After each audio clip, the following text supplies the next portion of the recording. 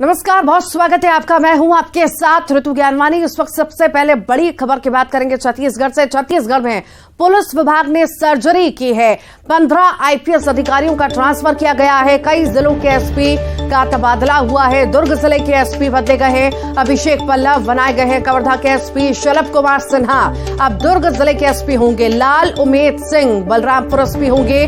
आई कल्याण LA सेला Surajpur SP होंगे। दिव्यांग Patel Kanker SP होंगे। सिद्धार्थ तिवारी मनेन्द्रगढ़ के होंगे, तो वहीं चिरमिरी भरतपुर एसपी होंगे। सुनील शर्मा सरगुजा एसपी होंगे। चौहान किरण गंगाराम सुकमा एसपी होंगे।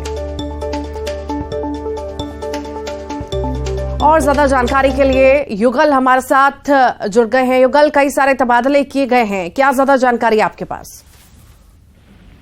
देखिए ऋतु, प्रशासनिक कसावट लाने के लिए बड़े पैमाने पर आईपीएस जो अधिकारी हैं उनके तबादले किए गए हैं। फिलहाल राज्य सरकार ने 15 जो आईपीएस हैं उन्हें उनका तबादला किया गया है और आई कल्याण सेला एलए सेला जो है सूरजपुर के एसपी बनाए गए हैं। लाल उमेद सिंह बलरामपुर एसपी होंगे। अफसरों के तबादलों की लंबी फहरिस्त है, लंबी सूची है।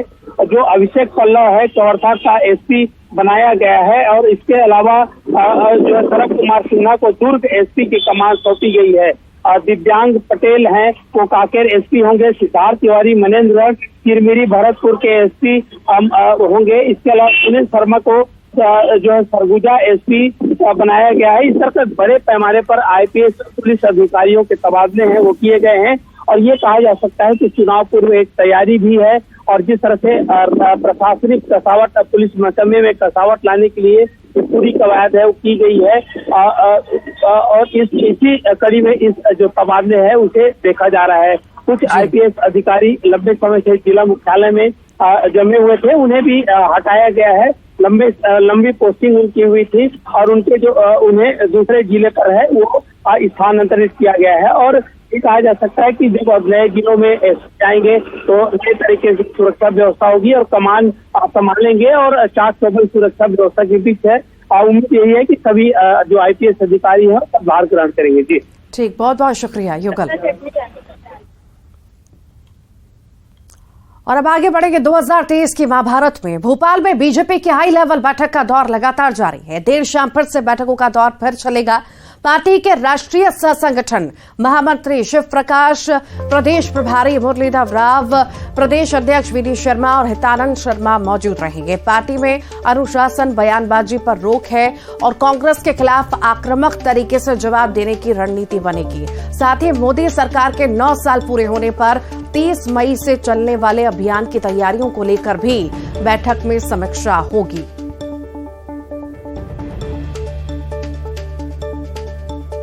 तो देर शाम बैठकों का दौर चलेगा। बता दें आपको, बैठकें लगातार जारी हैं, हाई लेवल बैठकें हो रही हैं। देर शाम फिर बैठकों का दौर चलेगा। पार्टी के राष्ट्रीय सह संगठन महामंत्री शिव प्रकाश मौजूद रहेंगे। प्रदेश प्रभारी मुरलीधर राव, प्रदेश अध्यक्ष वीडी शर्मा और हितानंद शर्मा मौजूद रहेंगे बैठक में। पार्टी में अनुशासन, बयानबाजी पर रोक और कांग्रेस के खिलाफ आक्रामक तरीके से जवाब देने की रणनीति बनेगी। साथ ही मोदी सरकार के 9 साल पूरे होने पर 30 मई से चलने वाले अभियान की तैयारियों को लेकर भी बैठक में समीक्षा होगी।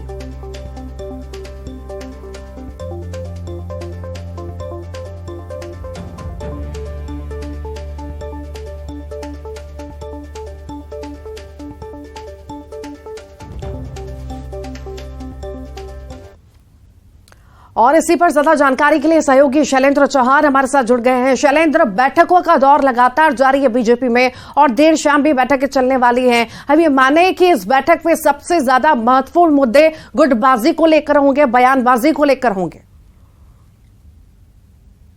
पर जो बैठकें चली है या अब शाम को भी बैठकें होने वाली है, उसमें 2 से 3 मुद्दे ही महत्वपूर्ण है। सबसे पहला मुद्दा यही रहेगा कि गुटबाजी को लेकर किस तरह, जिस तरह बयान सामने आ रहे हैं और नेताओं में जो आपसी खींचतान सामने आ रही, इस सबको थामने की कवायद के लिए पूरी बीजेपी जुट गई है। बीजेपी इस डैमेज कंट्रोल में जुटी है कि किसी भी तरह के बयान सामने नहीं आए। और अभी शाम को भी सभी प्रमुख नेताओं की वापस से बैठक होगी। इस बैठक में भी 2-3 मुद्दों पर ही चर्चा होना है, पर इसमें सबसे महत्वपूर्ण गुटबाजी गुटबाजी को लेकर चर्चा होना है, क्योंकि अभी भाजपा के नेता राष्ट्रीय सह संगठन महामंत्री जो शिव प्रकाश थे, प्रदेश प्रभारी मुरलीधर, ये लोग जब बैठक के बाद बाहर आए तो इन लोगों के एक ही शब्द था कि all is well. Shiv Prakash हो या मुरलीधर राव हो या फिर जो सांसद केपी यादव, जिन्होंने केंद्रीय मंत्री ज्योतिरादित्य सिंधिया को लेकर जो निशाना साधा था और उन पर सवाल उठाए थे, वो केपी यादव भी एक ही सुर में कहते नजर आए कि ऑल इज वेल। अब भाजपा सिर्फ यही मैसेज देना चाह रही है कि ऑल इज वेल है और पार्टी में किसी तरह का झगड़ा नहीं है। हालांकि अभी ये देखना दिलचस्प होगा कि वाकई में ये बगावत के सुर या गुटबाजी अभी थमने की स्थिति में है या नहीं, क्योंकि अभी भी बयान तो लगातार कुछ ना कुछ सामने आते ही रहे हैं। अब आज के बाद आज जो शाम को बैठक है उसमें कुछ और नेताओं को भी बुलाया गया है। अब इन नेताओं से क्या चर्चा होती है और इन्हें क्या समझाइश दी जाती है, ये देखना होगा। शैलेंद्र, एक बात तो माननी पड़ेगी कि बीजेपी में सक्रियता तो है किसी भी मुद्दे को लेकर। अब जिस तरह से गुटबाजी है या बयानबाजी, हमेशा की हम बात करें तो कुछ भी थोड़ा सा भी दिखता है तो जल्द से एक्शन में आते हैं, और उसी तरह अभी भी बीजेपी नजर आ रही है और कहीं ना कहीं डैमेज कंट्रोल बहुत जल्दी बीजेपी कर लेती है। हाँ देखिए, बिल्कुल भाजपा की पूरी टीम जैसे ही किसी तरह की अनुशासनहीनता की बात सामने आती है तो सभी बड़े नेता एकजुट हो जाते हैं। अभी देखिए, दो केंद्रीय मंत्री नरेंद्र सिंह तोमर हो, प्रहलाद पटेल हो और राष्ट्रीय महासचिव कैलाश विजयवर्गीय, ये तीनों काफ़ी देर बैठे। इन्होंने मुख्यमंत्री के साथ चर्चा की, मुख्यमंत्री निवास पर इन लोगों की बैठक हुई बड़े नेताओं की, और इनमें चर्चा के बाद ये तय किया गया कि अब आगे किस तरह की बातें सामने आने चाहिए। हालांकि भाजपा जितनी ताकत से डैमेज कंट्रोल में जुटी है, किसी न किसी नेता का, किसी न किसी कार्यकर्ता का फिर ऐसा कोई बयान आ जाता है जिसके बाद एक बार फिर ऐसा लगता है कि भाजपा फिर बैकफुट पर है। पर फिर भी भाजपा का दावा जिस तरह आज है कि ऑल इज वेल, तो अब भाजपा लगातार यही मैसेज देने में जुटी है कि अब आगे। ठीक, बहुत बहुत शुक्रिया शैलेंद्र। चुनावी साल है तो जाहिर है दोनों पार्टियां एक्शन मोड में आ गई हैं। खासतौर से कर्नाटक चुनाव में बीजेपी को मिली हार के बाद अब बीजेपी एमपी में भी फूंक फूंक कर कदम रख रही है। भाजपा नेताओं की गुटबाजी को लेकर पार्टी एक्शन मोड में आ चुकी है। नेताओं की बयानबाजी को लेकर पार्टी ने सांसद केपी यादव, इमरती देवी समेत सागर के कुछ नेताओं को जमकर फटकार लगाई। तो वहीं सागर महापौर के पति सुशील तिवारी को पार्टी ने नोटिस जारी कर जवाब मांगा है। उन्होंने बीजेपी प्रदेश अध्यक्ष के खिलाफ पोस्ट करने पर नोटिस दिया है।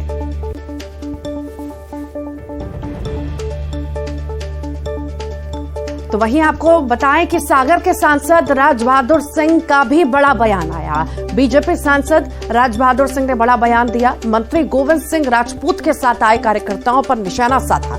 बिना नाम लिए कांग्रेस से आने वाले लोगों पर निशाना साधा। कुछ लोग बाहर से पार्टी में आए हैं, उनके कारण स्थिति बिगड़ी है। जो नए आए उन्होंने बीजेपी कैडर को नहीं समझा। 2-3 दिन में सब ठीक हो जाएगा, संगठन सब समझ रहा है। वीडी शर्मा को 25 से ज्यादा गुटबाजी फैलाने वाले समर्थकों के नाम की सूची है। इनके खिलाफ कार्रवाई जरूरी है।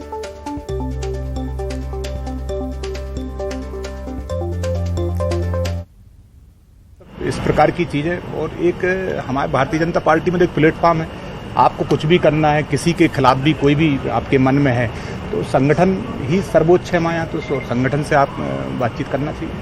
नहीं तो इस तरह के कुछ लोग जो सामने आए हैं, जो बयानबाजी या सोशल मीडिया पर लिख रहे, आपने कुछ चिन्हित करके कुछ संगठन को दिए नाम के ऐसे लोगों पे? आज ही मैंने आदरणीय भाई साहब से भेंट हुई थी, तो आज ही मैंने कुछ नामों को उनको बताया है कि ये पार्टी के खिलाफ जाके लिख रहे हैं, हमारे संगठन के जो प्रमुख लोग हैं उनके खिलाफ लिख रहे हैं, और ऐसे वही सब लोग हैं जो जिनकी एंट्री अभी 1-2 साल के भीतर, मतलब बाहरी मुख्यतः वही हैं जो बाहर से आयात जिनका हुआ है। तो ये माना जाए कि बाहर से जो आयात हुआ है, जिसका आप भी कह रहे हैं, तो इसके कारण भारतीय जनता पार्टी का जो मूल कैडर था, क्या वो बदल गया, और क्या उसके एंट्री हो जाने से कांग्रेसी कैडर कभी नहीं बदल सकता। भारतीय जनता पार्टी का जो मूल कार्यकर्ता है वो कभी पार्टी के खिलाफ नहीं जा सकता।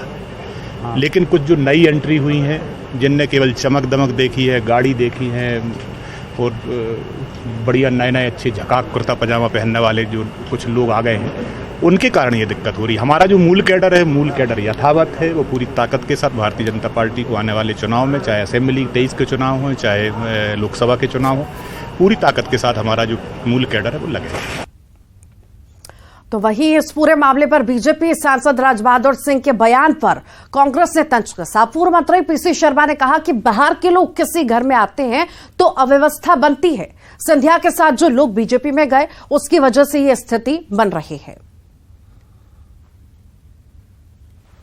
लोग आ जाए तो व्यवस्था बनती है, तो नेचुरली बीजेपी के अंदर सिंधिया जी के साथ जो गए हैं 27-28 लोग और वहाँ मंत्री बन गए हैं, पूरा पावर स्नैच कर ली। बीजेपी के जो 50 साल से दरी उठाते थे वो बाहर हो गए, तो ये स्थिति बनेगी।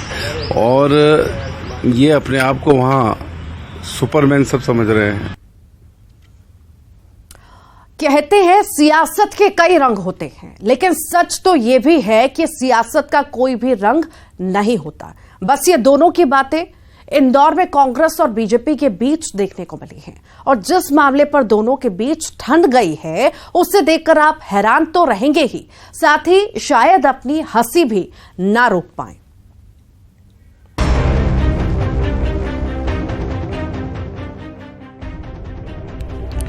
गजब एमपी की अजब दास्तां है ये।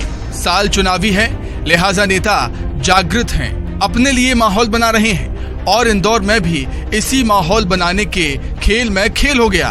पहले खिलखिलाते, मुस्कुराते, हंसते हुए फॉर्म हाथ में थमाकर फोटो खिंचवाई और 1.5 दिन बाद ही एफआईआर दर्ज कराई। मामला है कांग्रेस के नारी सम्मान योजना के फॉर्म भरवाने से जुड़ा हुआ। कांग्रेस इसी अभियान के तहत बीजेपी की महिला मोर्चा की नगर अध्यक्ष शैलजा मिश्रा के घर पहुंची। सियासत की तहजीब के साथ शैलजा ने भी सबका स्वागत किया, योजना को भी समझा। कांग्रेसियों संग हाथ में फॉर्म लेकर हंसते खिलखिलाते हुए फोटो तक खिंचवा ली, लेकिन 36 घंटे बाद कांग्रेसियों पर छतरीपुरा थाने जाकर एफआईआर दर्ज करा दी। अब कांग्रेस कहती है कि ये एफआईआर बीजेपी के दबाव में आकर कराई गई है, क्योंकि ऐसा न करने पर शैलजा का अध्यक्ष पद चला जाता। तो उन्होंने कमलनाथ जी की प्रशंसा की और कहा कि ये बहुत अच्छी योजना लाए हैं कमलनाथ जी। चाहे सरकार कोई सी भी हो, कांग्रेस हो, भाजपा हो, महिलाओं का सम्मान होना चाहिए। और हम उसी के तारतम्य में उनको नारी सम्मान योजना के फॉर्म भेंट करने गए थे। उन्होंने लिए, मुस्कुराते हुए लिए, हमको चाय नाश्ते का भी पूछा, परंतु उनको एकदम भारतीय जनता पार्टी के नेताओं का दबाव आता है कि आप या तो इनके खिलाफ मुकदमा दर्ज कराओ, नहीं तो तुम्हारा अध्यक्ष पद चले जाएगा। तो 36 घंटे बाद 24 तारीख के रोज सुबह 10 से 11 के बीच में उनको भेंट करने जाते हैं फॉर्म।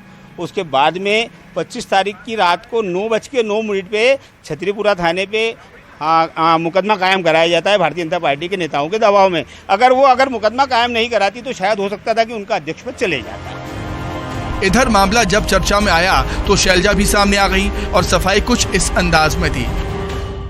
पर मुझे ये ज्ञात नहीं था कि वो कमलनाथ जी की योजना का फॉर्म था। फिर उन्होंने मेरे फोटो को पूरे उस पर वायरल कराया, फेसबुक और सारी दूर ट्विटर वगैरह पे। तो फिर मुझे जानकारी हुई रात को 12 बजे कि मेरा इस तरह से गलत मिसयूज़ किया मेरे साथ फ़ोटो खींच के, और उन्होंने गलत तरीके से लिखा कि मैंने प्रशंसा की, ये किया, जबकि मेरी उनसे कोई चर्चा ही नहीं हुई, खाली फ़ोटो खींचा और चले गए। आपको मालूम था कि नारी सम्मान योजना ये किसकी है?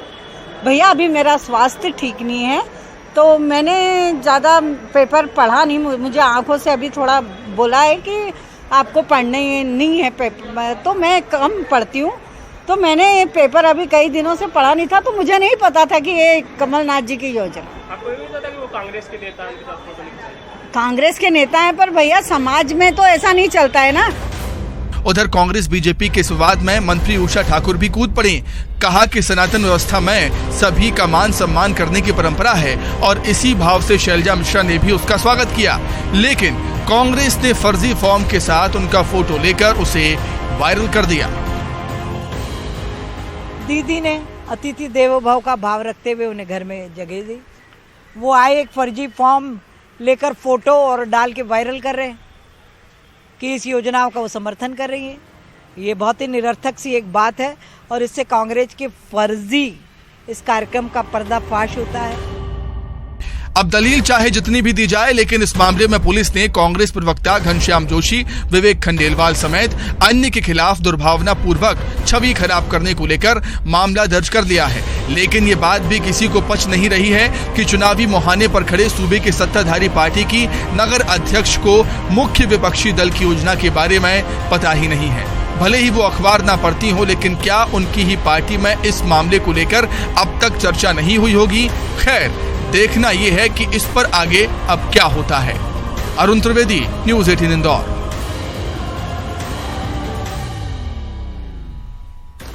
और इसी पर ज्यादा जानकारी के लिए अरुण त्रिवेदी हमारे साथ जुड़ गए। अरुण, तस्वीरें हमने देखी किस तरह से मोहतरमा पहले फोटो खिंचवाती हैं और उसके बाद एफआईआर करवाने पहुंचती हैं। आखिर मामला कहां से शुरू हुआ था, क्या था, मैं चाहूंगी आप विस्तार से बताएं।